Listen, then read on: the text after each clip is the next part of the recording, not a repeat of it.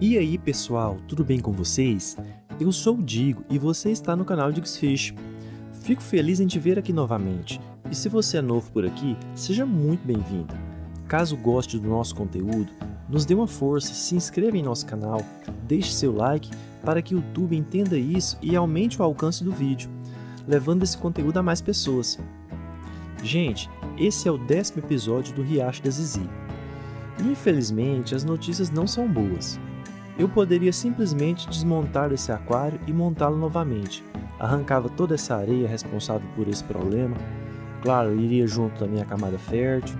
Faria tudo novamente, copiando o layout. E continuaria a história como se nada tivesse ocorrido. Mas claro, não estaria sendo transparente com vocês, mostrando as etapas, os perrengues e todo o processo. Como vocês têm visto nos episódios, eu venho aqui mostrando tudo. Os erros, acertos, os prós, contras, o que nos trouxe a isso, por que isso ocorreu e quais as possíveis soluções. Mas eu confesso a vocês que todos esses acontecimentos me deixaram um pouco triste. Vamos lembrar o porquê esse aquário foi montado e, aproveitando isso, qual foi a proposta. Esse aquário foi montado para ser uma homenagem a Zizi, para nos trazer um certo conforto após a partida dela, que hoje está completando 6 meses e 12 dias. Zizi amava esse aquário, ficava em cima dele, foi o primeiro aquário que ela viu na vida, digo a caixa de vidro. Ela ficava em cima dele, bebia água nele. Lembro-me até hoje a primeira vez que ela viu esse aquário montado. Era um aquário natural, com bandeiras. Ela ficou fascinada, acredito que por mais de 1 hora talvez ali, parada observando. Então montar esse aquário dedicado a ela traz um certo conforto, uma homenagem, mantendo a história dela viva em nosso lar. E aproveitando isso, criei a série para desmistificar tudo a respeito desse sistema natural. O engraçado é que eu nunca tive problema com esse tipo de sistema. Quando falo nunca, gente, é nunca. E olha que em algumas vezes, há muitos anos atrás, cometi alguns erros grotescos, mas sempre esse sistema se mostrou forte e se recuperou de forma bem rápida. Errar, gente, é normal. O importante é aprender e não cometer mais os mesmos erros. Deixando os rodeios e desabafos, vamos aos últimos fatos. Nosso aquário turvou novamente, e agora nossa água está ficando verde.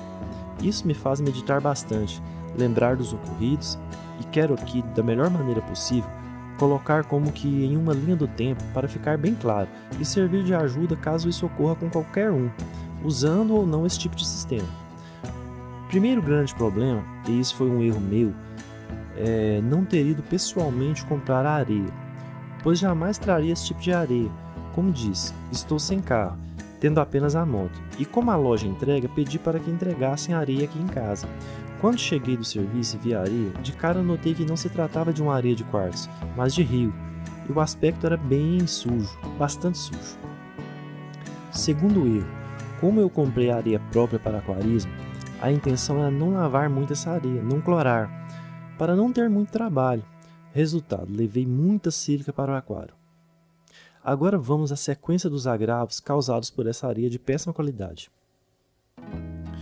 O período de ciclagem, que seguia bem, até aparecerem aí as diatomáceas, e é um fato normal nesse período, mas não dessa forma que ocorreu. Quem acompanhou a série viu que essas diatomáceas se tornaram uma praga devido ao excesso de sílica da areia. Como essa areia é de rio, há uma certa granulometria irregular, com grãos muito finos e outros um pouco maiores. Com as diatomáceas realizando muita fotossíntese, os grãos finos flutuavam com as algas, subindo para a flor da água, caindo depois do fotoperíodo sobre as plantas, me levando a todo dia pela manhã a ter que espanar as plantas devido à grande quantidade de areia sobre elas. Um caos, literalmente. Com a subida da areia, o filtro começou a sugar a areia. Mesmo utilizando aí a proteção adequada, uma espuminha na captação, porque alguns grãos eles eram muito finos, emperrando, isso aí foi emperrando o impeller, levando a areia talvez, sabe-se Deus, até para dentro da bomba. No final do período da ciclagem aí, eu tive que tirar meu filtro e colocar um novo sistema de filtragem. que foram os filtros de espuma, como vocês viram. Isso nos trouxe outro desequilíbrio, pois o filtro praticamente estava ciclado, e aí eu tive que retirar. E foram colocados aí filtros zerados, sem nenhuma biologia.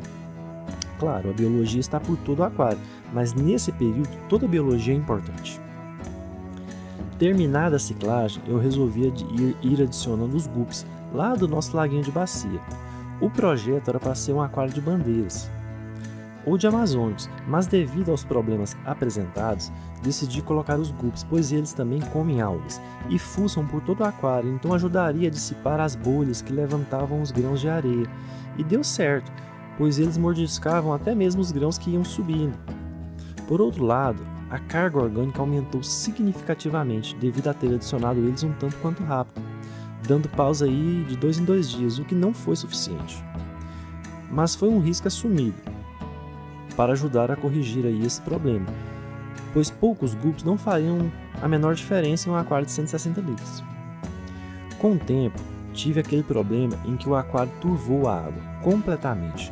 Um aspecto fumaçado começou de pouco, e isso por si só já me mostrava um grande desequilíbrio, como citei em outro vídeo.